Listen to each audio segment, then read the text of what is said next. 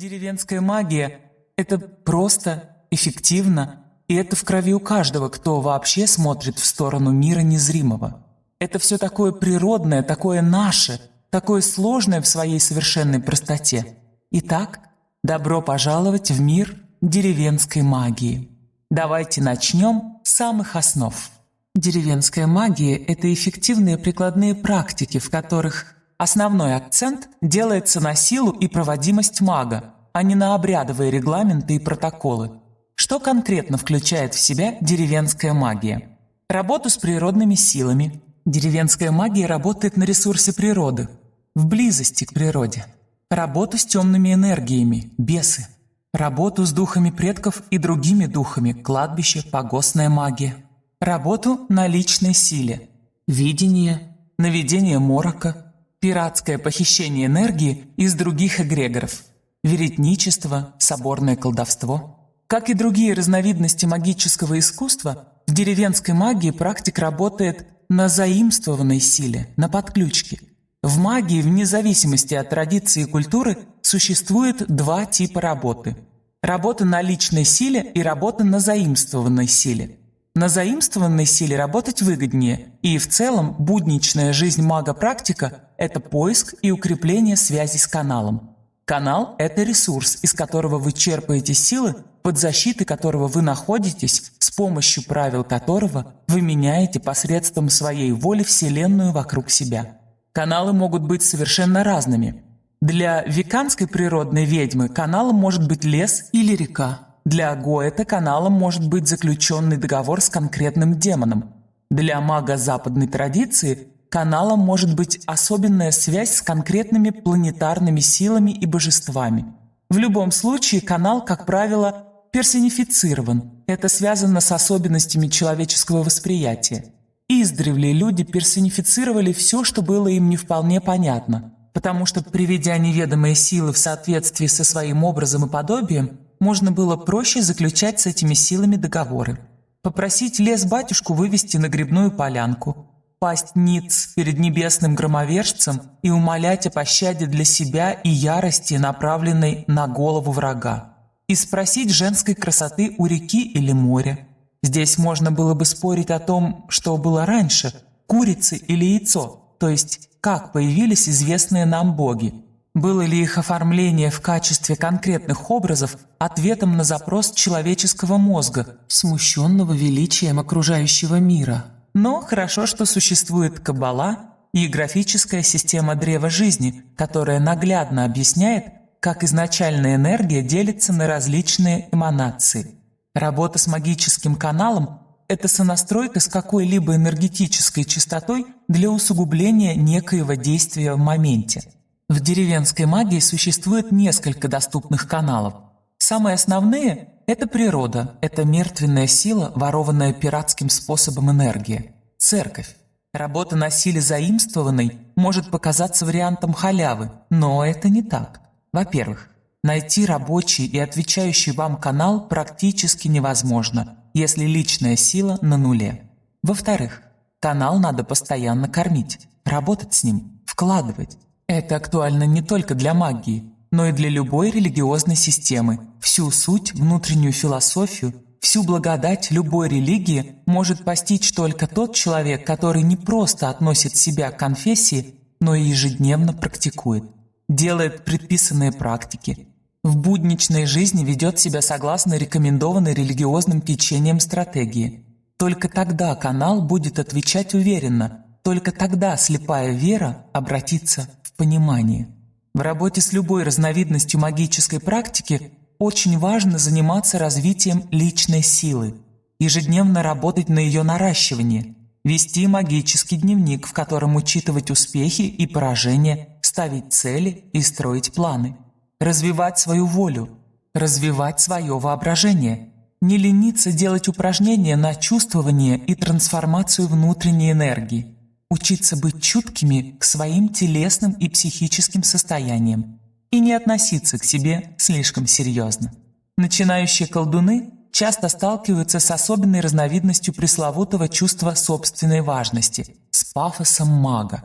Наверное, через эту ступень следует пройти. Все-таки, выбирая магию, ты действительно выбираешь особенную жизнь, особенных зримых и незримых собеседников. Ты многим жертвуешь ради высокой цели, а потому имеешь полное право на вдохновляющее самоуважение. Но не стоит взлелеивать свой пафос подобно матери, которая питает дитя. Слишком сильная зацикленность на себе порождает боль. Порой для того, чтобы перейти из тягучего поля тоски в умиротворяющую ясность, достаточно перебросить фокус внимания, с мясом и кровью оторвать внимание от своей персоны и подарить его миру вокруг, который, вне зависимости от вашего настроения, как был, так и остается прекрасным. Ох уж эта тоска, темная ночь души, вязкая депрессия мага, не рожденная из какого-то объективного событийного горя, а просто расцветающая внутри, как отравленная болотная кувшинка. Порой она бывает созидательна, если умеешь грамотно обращаться с ядовитой метафизикой такого рода.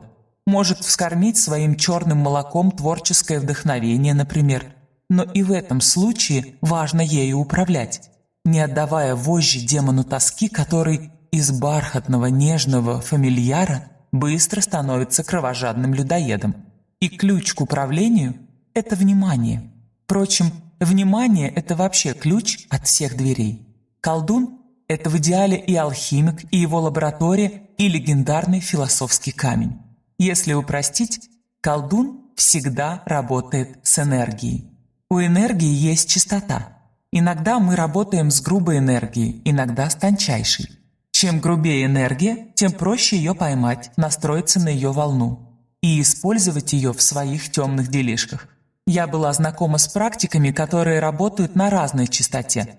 Запомнилась одна пожилая дама. В ней было столько тьмы, что люди на улице от нее интуитивно шарахались. Ее энергия звучала уверенно и грубовато, как контрабас. А однажды я встретила практикующего тибетского ламу, и его энергия была невесомой, точно золотое облако.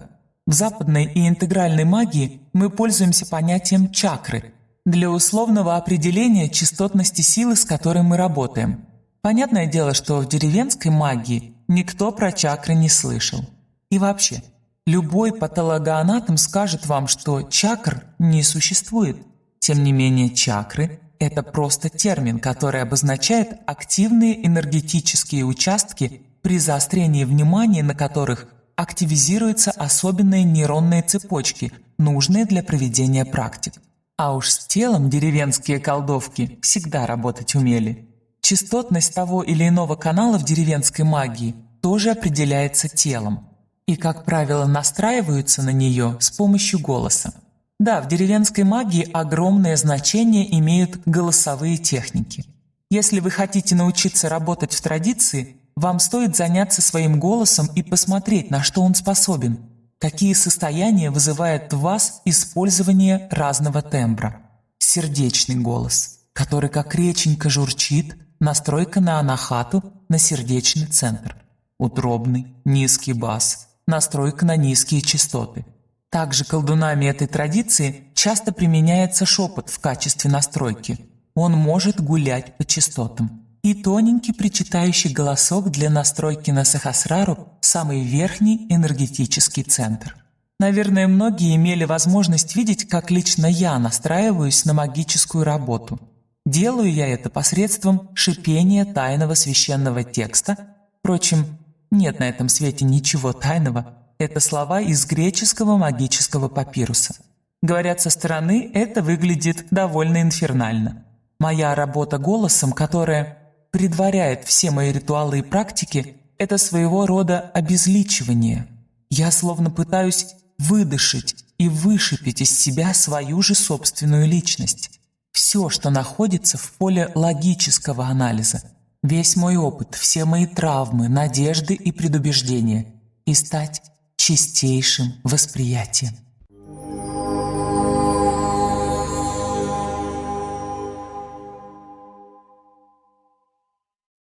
Деревенская магия имеет больше общего с первобытным шаманизмом, чем современной магической культурой. Близость к природе, слияние с ней, тенденция к одушевлению, персонификация природных сил и энергетических потоков. С точки зрения современной философии, это идея духа, единого жизненного начала. Эта идея хорошо прослеживается и в русских сказках, по изначальным версиям которых можно при желании отследить философию и энергетику деревенских магических представлений. Все взаимопроникает, все живет, одно перетекает в другое. В одной из сказок Афанасьева, а у Афанасьева самые лучшие, сырые, необработанные сказки, без сглаживания жестокости сюжетных линий, убитой девушке вкладывают чужое вырезанное сердце, и она оживает.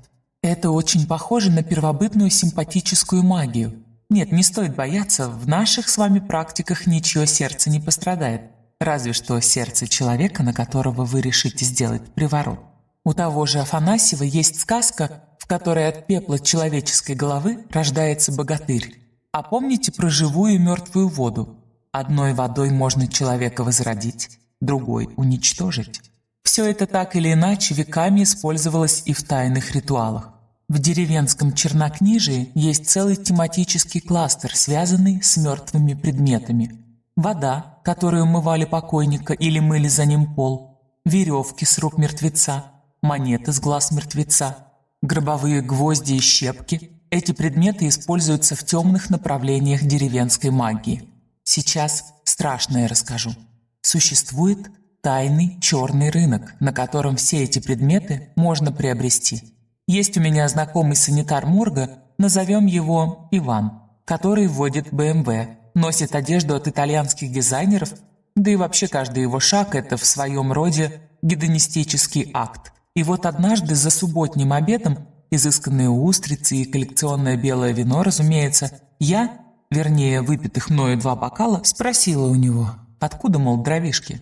Он что, наследник какого-нибудь загадочного африканского короля? Но нет, все эти деньги были заработаны на продаже некротических артефактов. Дорого стоят монеты с глаз мертвеца.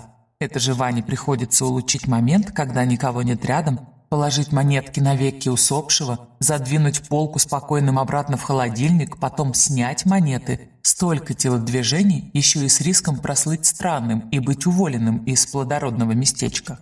Самый популярный расходный материал, который всегда есть у Вани в продаже – мыло, которым омывали мертвое тело. Сейчас мертвецов омывают не так, как было принято в те годы, когда формировалась эта ритуальная традиция.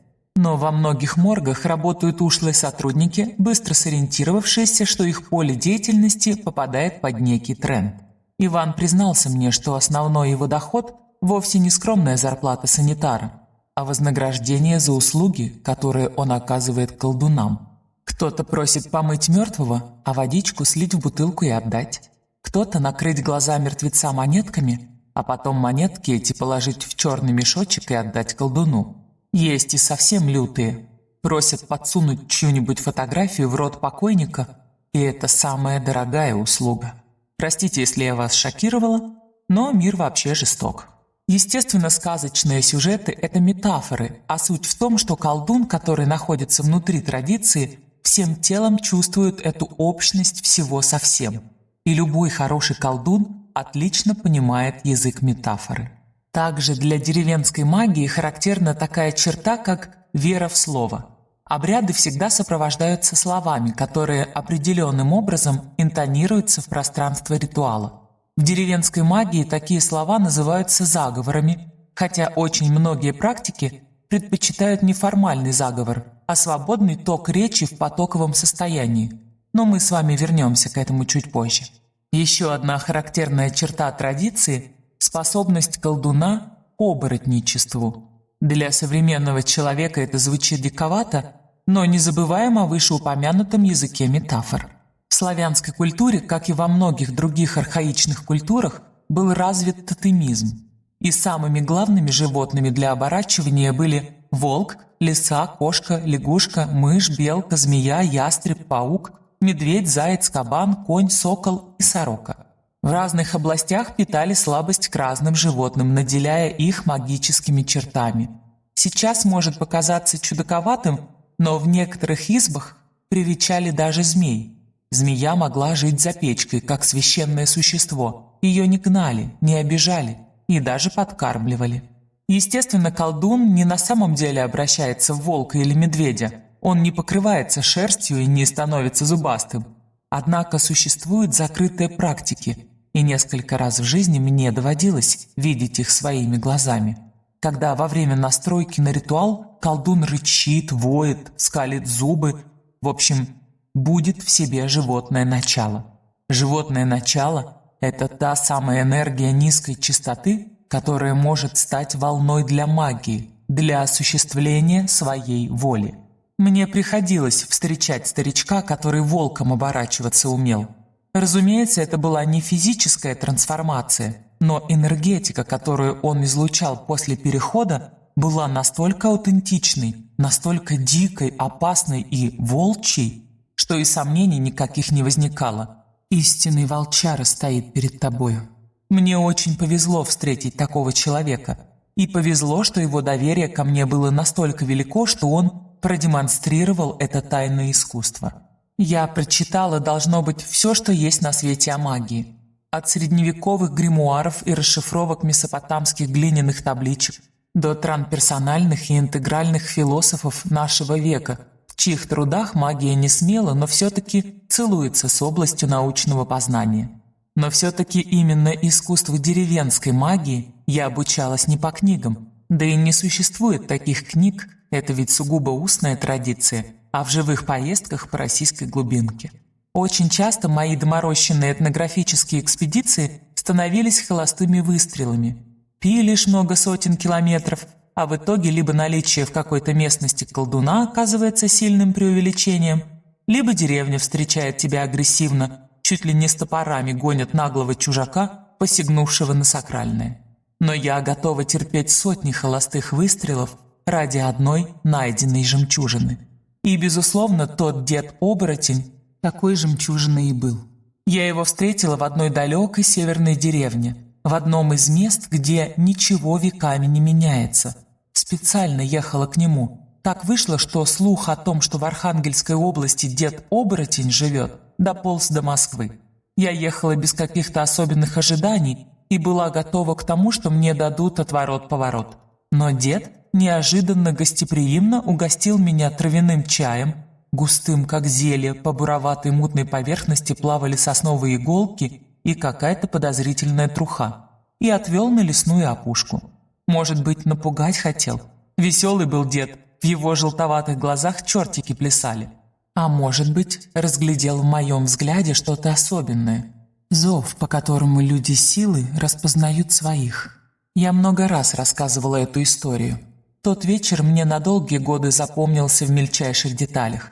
Так всегда бывает в состояниях сознания, которые трансперсональные психологи называют пиковыми. Мы пришли в лес. Уже темнело. И дед попросил меня раздеться. Я прекрасно понимаю, как это звучит со стороны. Мне было слегка за 20, я приехала за сотни километров совершенно одна, наступала ночь, и я была вдали от цивилизации, под сенью вековых елей, наедине с пусть и очень пожилым, но все-таки крепким деревенским мужчиной, с которым познакомилась всего 3/4 часа назад.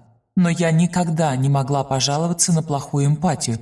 Когда он сказал это, я посмотрела в его глаза и не увидела в них ни особенного спокойствия хищника перед прыжком, ни предвкушающей сладости ротамана, которому на старости лет вдруг выпало приключение. Нет, не исходило от него ровным счетом никакой агрессии, поэтому я просто стянула через голову хлопковый свитер и платье. Разделся и он. Пробовали ли вы когда-нибудь раздеться в ночном лесу? Казалось бы, тонкая прослойка ткани, которая отделяет вашу кожу от окружающего мира. Но на самом деле это защитный панцирь для нашего восприятия.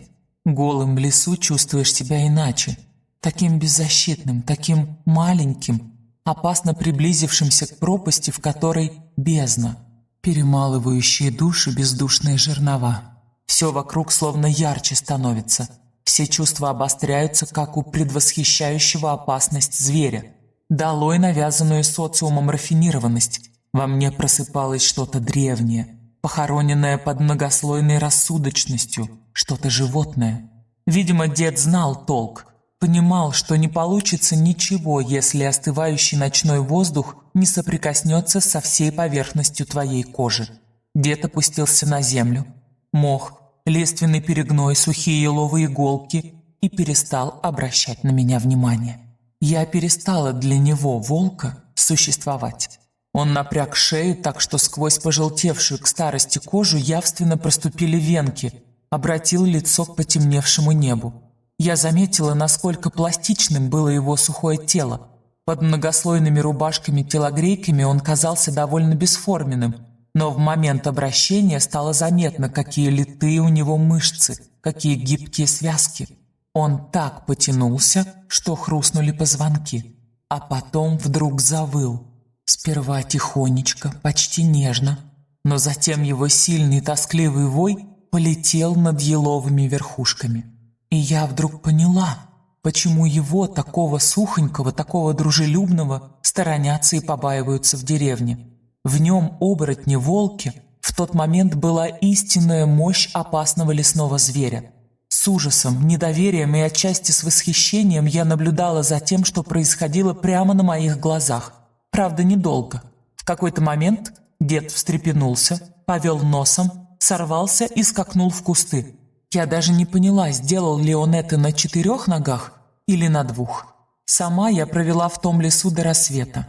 Естественно, попробовала повторить все за дедом, опустилась на колени, завыла в небо, сперва не смело, потом набирая обороты. Попробовала бежать вперед. Свидетелей тому не было, поэтому не могу сказать объективно, получилось ли у меня оборотничество, но эмоции были испытаны тончайшие. И порой, оставаясь в летнем ночном лесу одна, я повторяю эту практику.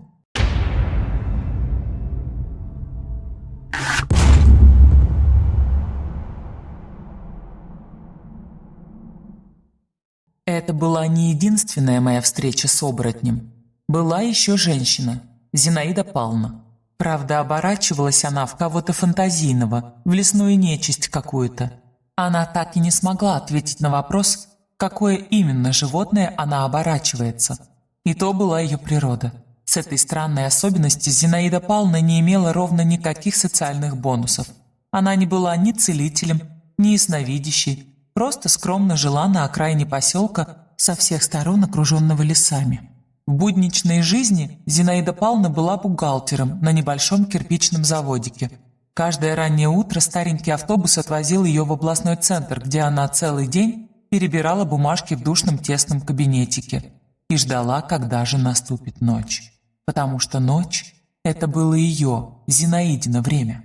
Ночь срывала маски, и она переставала быть тем, кого в ней видели другие, несчастной стареющей женщиной, не нажившей ни семьи, ни дома, ютящейся в съемном углу. Зинаида Павловна спала мало, от силы 3-4 часа. Говорят, так умели Наполеон и Никола Тесла.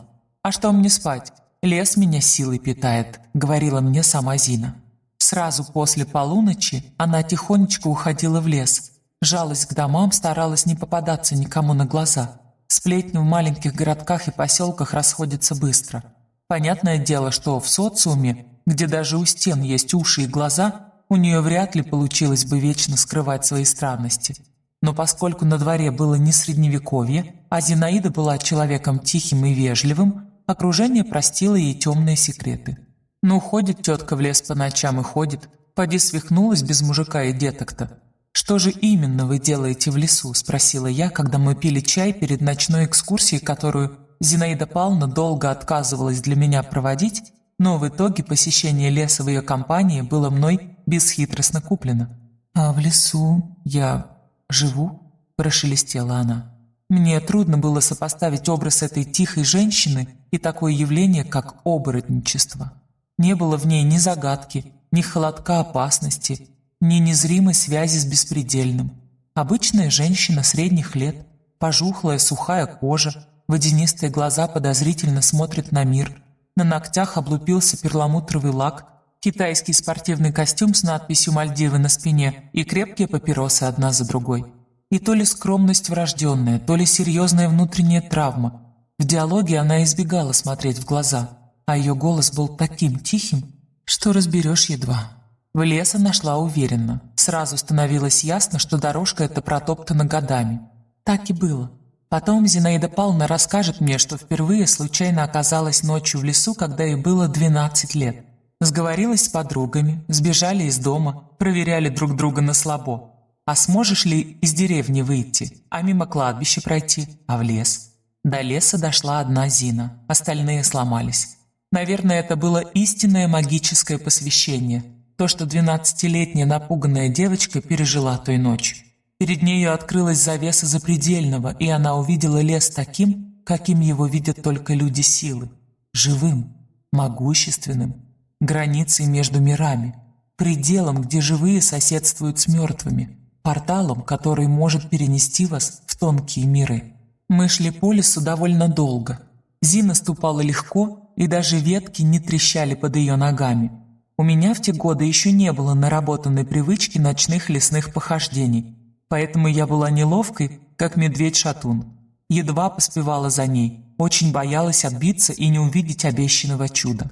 Зинаида Павловна вывела меня к просеке и сказала, что гостеприимство ее идет от души, но имеет свои пределы, поэтому она просит меня оставаться на месте и за нею дальше не идти. То, что должно мне увидеть, я увижу прямо сейчас, а все остальное пусть останется ее личным таинством. Она сказала это и вдруг начала вертеться, точно сломанный волчок. Она кружилась на одном месте, как собака в попытке поймать собственный хвост.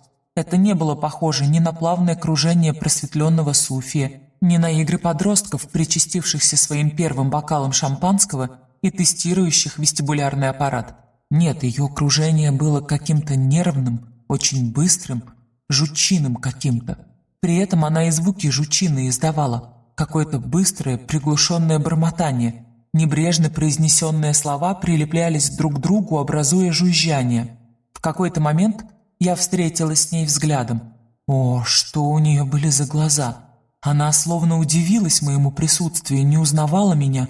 Куда делась вся ее вежливая светскость, вся ее неуверенность в себе, страх занять собой лишнее место в пространстве?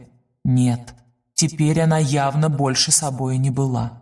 Этим странным нервным кружением она словно отрезала от себя все личностное.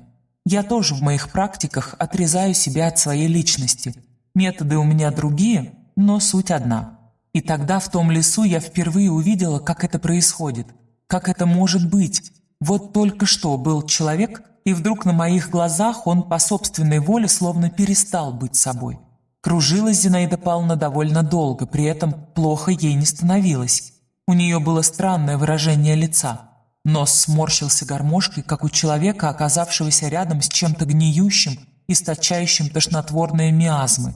Челюсти сжались так, что становилось страшно за ее зубы. Очень изменилась пластика. Начала она кружиться все еще человеческой самкой, а остановилась уже кем-то другим. Не то насекомым с картины Гигера, не то неведомой лесной нежитью. После этого она убежала по просеке. Бежала Зинаида Павловна спиной вперед, и от этого мне вдруг стало жутко, хотя уже в те годы у меня были сильно нарушены границы страха, и я скорее искала тревожных переживаний, нежели пыталась их избежать.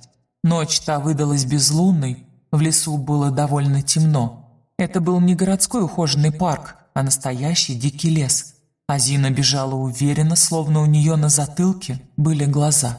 Передвигалась она довольно быстро и ни разу не споткнулась. Впрочем, она очень быстро исчезла из поля моего зрения, и в следующий раз мы встретились уже только утром.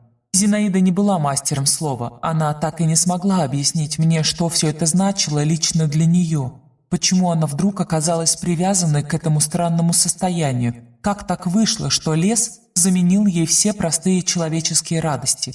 Мы возвращались вместе по полю, которое еще было услано на глазах тающим утренним туманом.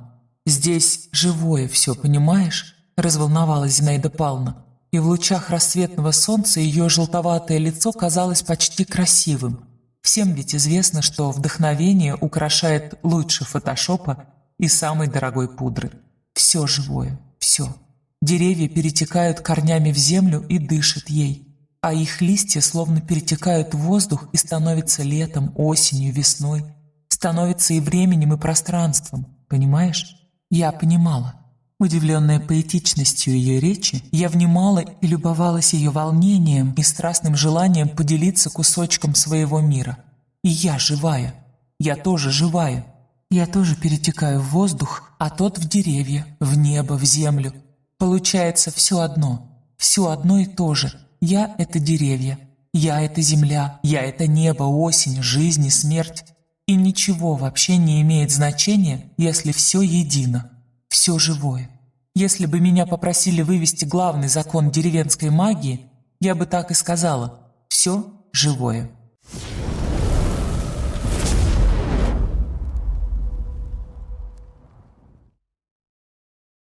Кстати, живыми существами в традиции деревенской магии считались и болезни. Деревенские колдуны и знахари получше современных представителей New Age культуры могли бы рассказать о психосоматике. Знаменитый травник XVIII века тому один из примеров.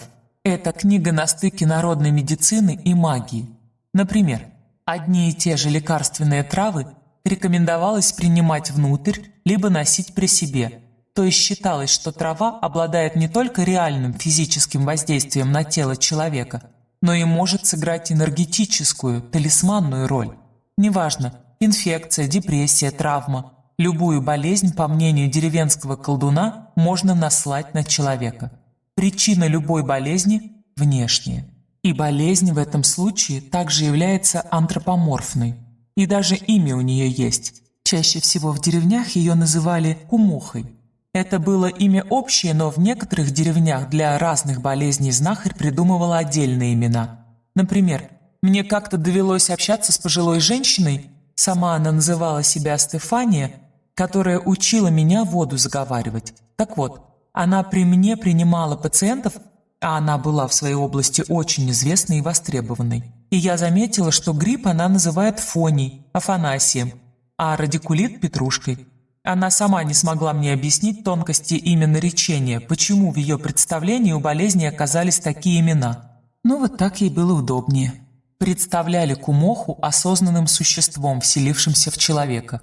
А ведь даже с самым подлым и деструктивным существом можно договориться. Вот в роли такого переговорщика и выступал маг. Если договориться не получалось, то маг брал себе доминирующую роль и просто выгонял кумоху из незаконно занятого ею тела с помощью обращения к более сильным и могущественным сущностям. Наш экскурс в мир деревенской магии только начался, но вы уже услышали от меня несколько странных историй, и я чувствую, что у вас назрел вполне естественный вопрос. Давайте немного затронем тему, которая волнует многих, вставших на наш нелегкий путь. Является ли деревенская магия белой или черной?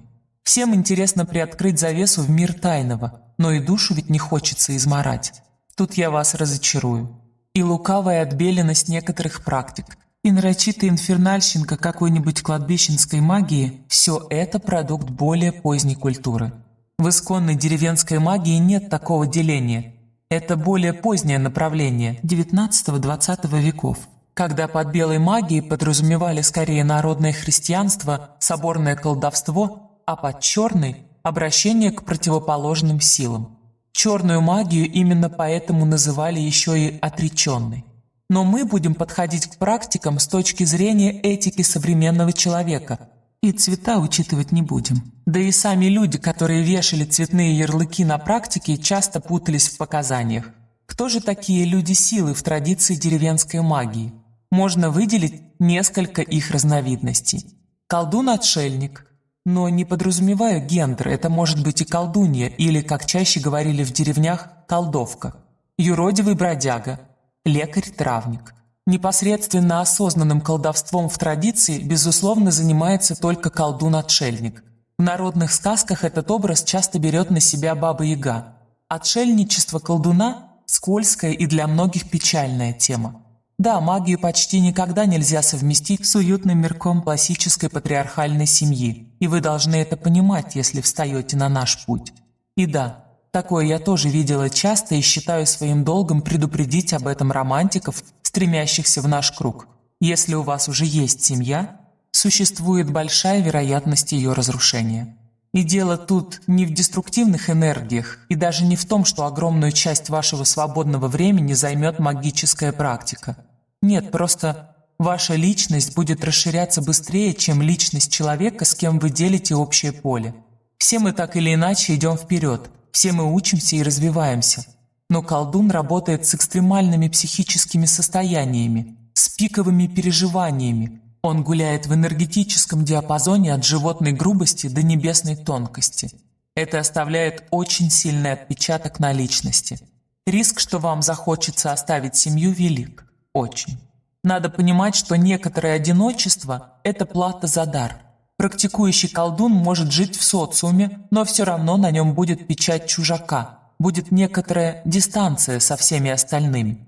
Собственно, похожее происходит и в других магических направлениях. Магия вообще очень сильно обосабливает. Если вы заявите себя миру как практикующий колдун, на вас будут косо смотреть. Над вами будут посмеиваться, вас будут побаиваться. Кто-то от всей души, а кто-то и на всякий случай. Очень много суеверий гуляет в обществе, даже таком циничном и все повидавшем, как современная Москва о нашем брате. Колдовскими практиками занимаются из нечеловеческого состояния. Современные колдуны любят пафосно говорить о себе «я не человек». И это является отчасти правдой. Вспомните себя в моменты сильнейшего проявления эмоций. Когда вы были раздражены, взвинчены, наговорили кому-нибудь кучу таких вещей, за которые вам потом было стыдно. Люди, склонные к формулам переноса ответственности, говорят в таких случаях «бес попутал». То есть вами как будто бы руководил кто-то другой. Магия тоже совершается из измененного состояния сознания, которое в обычной жизни нормой для вас не является. Это состояние приоткрывает двери в потайные миры, но оно же и отдаляет от людей, которым такие состояния неведомы. С момента начала практики вы начинаете осваивать собственную психическую систему координат, а потом и вовсе выходите за ее пределы.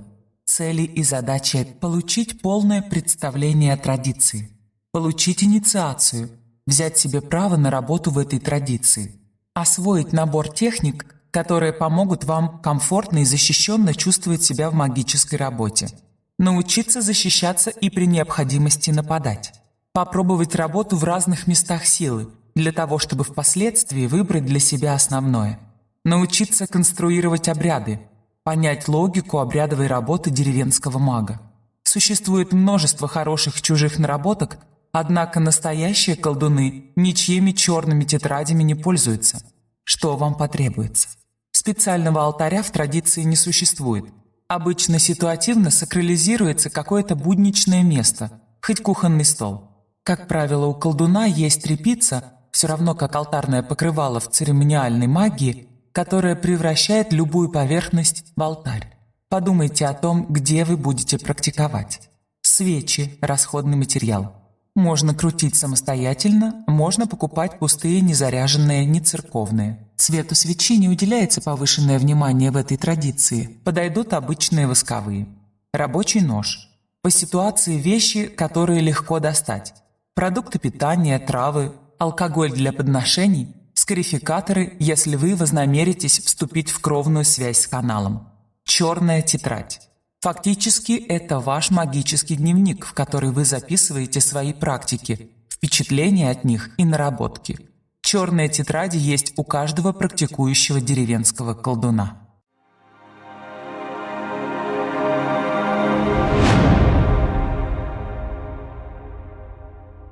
Исторически деревенская магия – это разноцветный суп из самых разных верований и источников.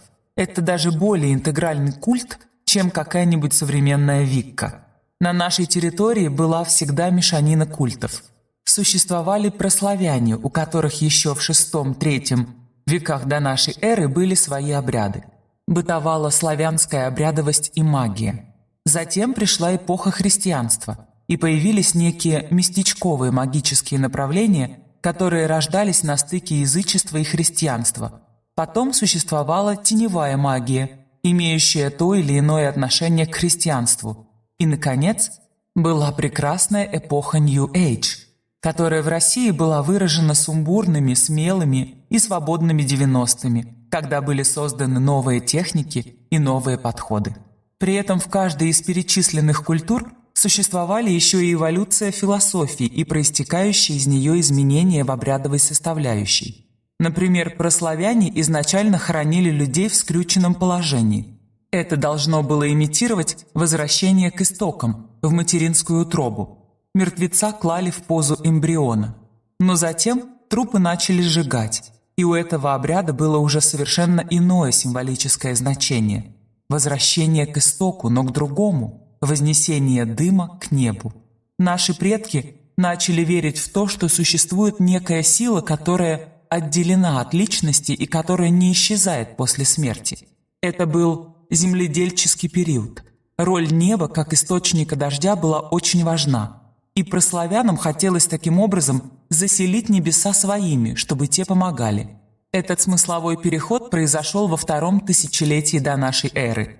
Усложненные похороны. Прах хоронили в земле, дым отдавали небу. Примерно тогда на нашей земле и зародился культ предков, который в деревенской магии играет большую роль.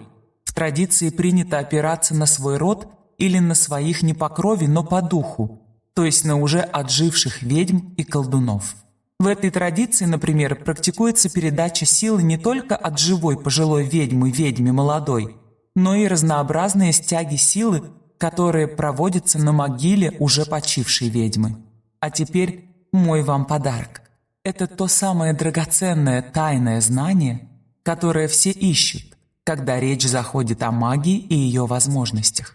Если вы хотите стать уверенным практиком, то вам надо обучиться не каким-то волшебным словам, не каким-то обрядовым протоколам, а всего лишь нескольким особенным состояниям психики. Вот эти состояния, которые приведут вас к волшебству и раскроют ваш дар. Первое. Умение собирать все свое внимание в определенной точке. Второе. Деконцентрация внимания, которая ведет именно к тому самому священному ощущению общности всего. Третье. Работа с 4 потоками энергии. Четвертое. Получение энергии из окружающей среды. Пятое. Навык сохранения осознанности в морочном состоянии на границе сна и бодрствования и умение входить в это состояние не только когда хочется спать. Шестое. Работа со связями. Видение, протягивание, обрыв. И седьмое. Сонастройка с другим человеком и его вибрациями.